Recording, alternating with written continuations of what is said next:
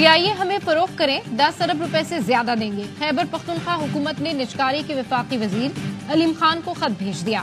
خیبر پختونخوا کے سرمایہ کاری بورڈ نے علیم خان کو بتایا یہ خط وزیر اعلیٰ، چیئرمین اور خیبر پختونخوا کے عوام کی طرف سے سمجھا جائے.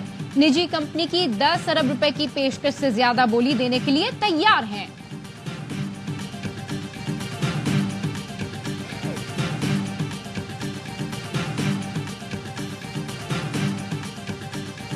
پی آئی اے کی بولی نہیں، اپنا مذاق اڑوایا کیا. جو کچھ ہوا وہ حیران کن تھا. ایسا تو کار یا پلاٹ بیچنے کے لیے نہیں کرتے.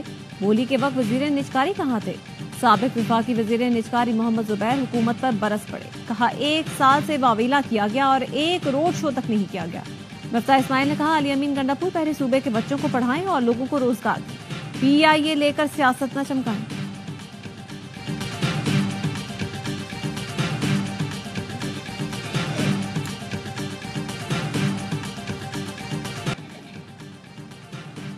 قومی اداروں کی لوٹ سیل کی مخالفت کریں گے. اداروں کو تباہ کرنے والوں کو حق نہیں کہ عوام اور ریاست کے اثاثے اونے پونے داموں فروخت کریں.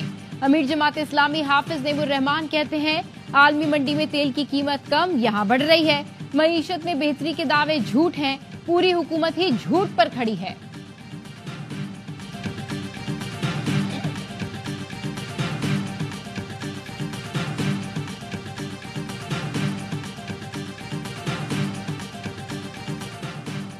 صدر اور وزیر اعظم کے زیر استعمال طیاروں کی مرمت پر 1 ارب 80 کروڑ روپے خرچ ہوں گے.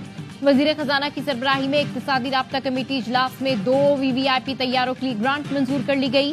ای پاسپورٹ سسٹم کے لیے 2 ارب 93 کروڑ کی رقم بھی منظور. وفاقی حکومت نے پیپلز پارٹی کا مطالبہ بھی مان لیا. اقتصادی رابطہ کمیٹی نے سندھ حکومت کے لیے 30 ارب روپے جاری کرنے کی منظوری دے دی. گرانٹ 2022 کے سیلاب متاثرین کے لیے گھروں کی تعمیر پر خرچ ہوگی. مستونگ میں سول اسپتال چوک پر گرلز اسکول کی قریب دھماکہ. اسکول جانے والی 5 بچیوں سمیت 9 افراد شہید. پولیس کا کہنا ہے دھماکے میں اسکول کے سامنے سے گزرنے والی پولیس موبائل کو ٹارگٹ کیا گیا. دھماکہ خیز مواد موٹر سائیکل میں نصب تھا. ریموٹ کنٹرول ڈیوائس کے ذریعے دھماکہ کیا گیا. جاں بحق افراد میں 1 پولیس اہلکار بھی شامل. 4 پولیس اہلکاروں سمیت 34 افراد زخمی ہوئے. 13 شدید زخمی کوئٹہ منتقل. شہید ہونے والے بچیوں کی عمریں 5 سے 10 سال کے درمیان ہیں. دھماکے میں کئی گاڑیوں کو بھی نقصان پہنچا.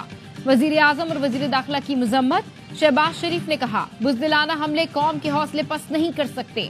محسن نقوی بولے بچوں کو نشانہ بنانے والے کسی رعایت کے مستحق نہیں. وزیر اعلیٰ بلوچستان نے کہا دہشت گردوں سے بچوں اور بے گناہوں کے خون کا حساب لیں گے.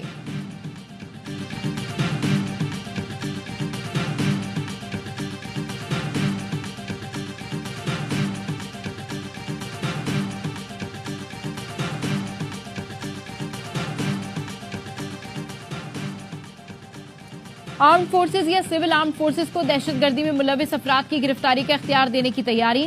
دہشت گرد سرگرمیوں میں ملوث شخص کو 3 ماہ تک تحویل میں رکھا جا سکے گا. حکومت نے انسداد دہشت گردی ایکٹ میں ترمیم کا بل قومی اسمبلی میں پیش کر دیا. ترمیمی بل کے مطابق گرفتار شخص پر الزامات کی تحقیقات کے لیے جے آئی ٹی بنائی جائے گی. ترمیمی ایکٹ منظوری سے 2 سال تک نافذ العمل تصور کیا جائے گا. ضرورت نہیں ہے، کیس کو مینج کرنے کی ضرورت ہے. وہ سپریم کورٹ کر رہی ہے. جسٹس نئے آئے ہیں ان کو موقع دیا جائے کہ وہ پروو کر سکیں کہ وہ اس سیٹ کے لیے سب سے اہل آدمی تھے اور سب سے اہل آدمی کو چنا گیا ہے. سینٹ کی قائمہ کمیٹی نے سپریم کورٹ میں ججوں کی تعداد بڑھانے کا بل منظور کر لیا. ججوں کی تعداد 17 سے بڑھا کر 25 کی جائے گی. تحریک انصاف کے حامد خان اور جے یو آئی کے کامران مرتضی نے بل کی مخالفت کی. حامد خان نے کہا بھارت ہم سے 6 گنا بڑا ملک ہے، وہاں ججوں کی تعداد 34 ہے. سپریم کورٹ کے آپسی جھگڑوں کی وجہ سے مقدمات میں تاخیر ہوئی. کامران مرتضی بولے سپریم کورٹ میں 2 گروپ بن گئے تھے. حکومت اکثریت کو اقلیت میں بدلنا چاہتی ہے. وہ سمجھتے ہیں ججوں کی اکثریت ان کے حق میں نہیں.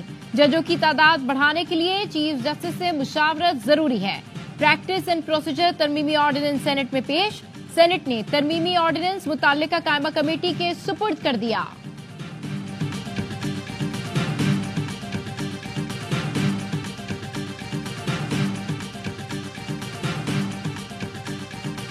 وزیر اعظم کا کامیاب دورہ سعودی عرب اور قطر. شہباز شریف وطن واپس پہنچ گئے. وزیر اعظم کی امیر قطر سے ملاقات کا مشترکہ اعلامیہ جاری.